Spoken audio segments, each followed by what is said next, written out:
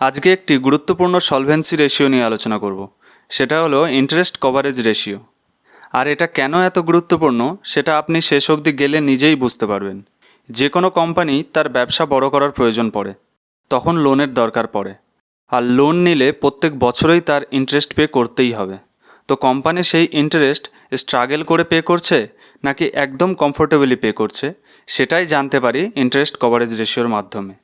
Date to equity রেশিওর ভিডিওতে আমরা দেখেছিলাম যে কোম্পানির ডেট টু ইকুইটি রেশিও যদি একের নিচে হয় তাহলে সেটা ঠিকঠাকই ধরা হয়, 0 হলে খুব ভালো হয়। কিন্তু ডেট বেশি হলে আমরা এই ইন্টারেস্ট কভারেজ রেশিও ব্যবহার করে জানতে পারবো যে কোম্পানির ডেটের ইন্টারেস্টটা কত সহজে মেটাতে পারবে। আর ইন্টারেস্ট কভারেজ রেশিও বার করার ফর্মুলা হলো খুব সোজা, সেটা হলো এবিটকে ইন্টারেস্ট দিয়ে ভাগ করতে হবে। আর এবিট মানে সেটা আগেই বলেছি, আর্নিং বিফোর ইন্টারেস্ট ট্যাক্স। আর এটাকে অপারেটিং প্রফিটও বলা হয়। তবে অনেক সময় ফাইন্যান্সিয়াল রিপোর্টে এবিট অ্যাভেলেবেল থাকে না, আর প্যাড দেওয়া থাকে। তখন এই প্যাটের সাথে ইন্টারেস্ট আর ট্যাক্স অ্যাড করলে অপারেটিং প্রফিট বেরিয়ে আসবে। তো ফর্মুলা অনুসারে কোনো কোম্পানির এবিট যদি 600 টাকা ধরি আর ইন্টারেস্ট যদি 100 টাকা ধরি, তাহলে ইন্টারেস্ট কভারেজ রেশিও বেরোবে এই 600কে 100 দিয়ে ভাগ করলে 6 বেরোবে। তো এই ইন্টারেস্ট কভারেজ রেশিও 6-এর মানে হলো কোম্পানির 100 টাকার লোন শোধ করার জন্য 6 গুণ ইনকাম করতে সক্ষম, অর্থাৎ ইজিলি সেটা শোধ করতে পারবে। কিন্তু প্রশ্ন হলো কত ইন্টারেস্ট কভারেজ রেশিও হলে সেটাকে ভালো ধরা হয়। আইডিয়াল ইন্টারেস্ট কভারেজ রেশিও হলো 3-এর বেশি, মানে ইন্টারেস্ট কভারেজ রেশিও যত বেশি হবে তত ভালো, কিন্তু মিনিমাম যেন 3 হয়। কোম্পানির যদি 100 টাকা ইন্টারেস্ট পে করতে হয়, তার জন্য মিনিমাম যেন 3 গুণ প্রফিট আর্ন করতে সক্ষম হয়।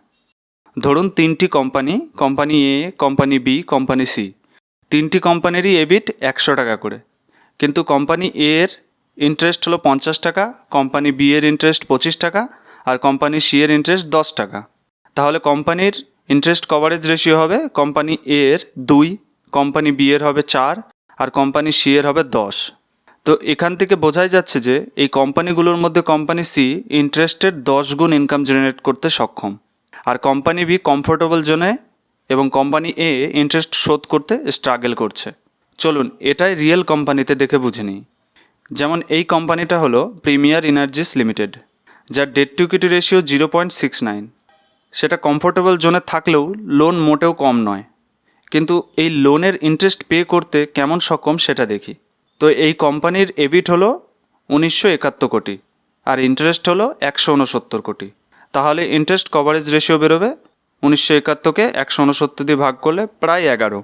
তো এর মানে কোম্পানি তার ইন্টারেস্টের 11 গুণ ইনকাম জেনারেট করতে পারছে, অর্থাৎ কোম্পানি খুব সহজেই ইন্টারেস্ট পে করে দিতে পারবে। এবার এই কোম্পানিটা দেখুন, অশোক লেল্যান্ড, যার ডেট টু ইকুইটি রেশিও খুব হাই, 4। চলুন দেখি এই কোম্পানিটা ইন্টারেস্ট পে করার ক্ষমতাটা কত। তো এই কোম্পানির এবিট হলো 9,540 কোটি, আর ইন্টারেস্ট হলো 4,138 কোটি। তো ইন্টারেস্ট কভারেজ রেশিও হবে 2.3, অর্থাৎ কোম্পানি ইন্টারেস্ট পে করার জন্য বেশ স্ট্রাগল করছে।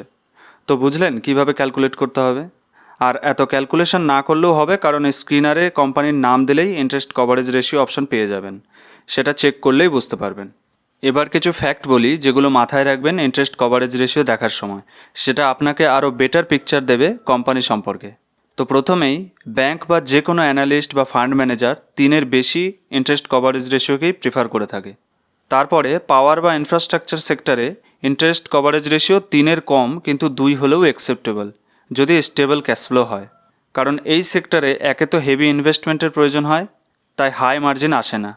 আবার লং টার্মের প্রজেক্ট হয়, সেটা 10 থেকে 15 বছরের হয়ে থাকে, তাই 4 থেকে 5 অবধি ইন্টারেস্ট কভারেজ রেশিও খুব কমই দেখা যায়।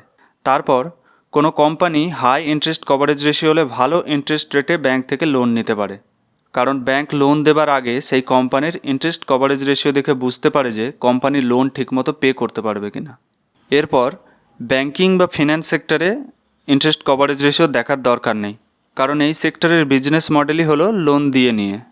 তারপর কোনো কোম্পানির ডেট টু ইকুইটি রেশিও 0 হলে ইন্টারেস্ট কভারেজ রেশিও এড়িয়ে গেলেও অসুবিধা নেই, কিন্তু debt to equity ratio high হলে অবশ্যই চেক করুন। আর ডেট টু ইকুইটি রেশিও সম্পর্কে না জানা থাকলে আমরা আগেই ভিডিওতে বুঝিয়েছি, তার লিঙ্ক ভিডিও শেষে পেয়ে যাবেন। আর আজকের ভিডিও খুবই ইজিলি এক্সপ্লেন করেছি, আশা করি পুরো বুঝতে পেরেছেন। চলুন আবার দেখা হচ্ছে এমনই ইম্পর্টেন্ট টপিক নিয়ে নেক্সট ভিডিওতে। তো ভালো থাকবেন, খুশিতে থাকবেন। টাটা।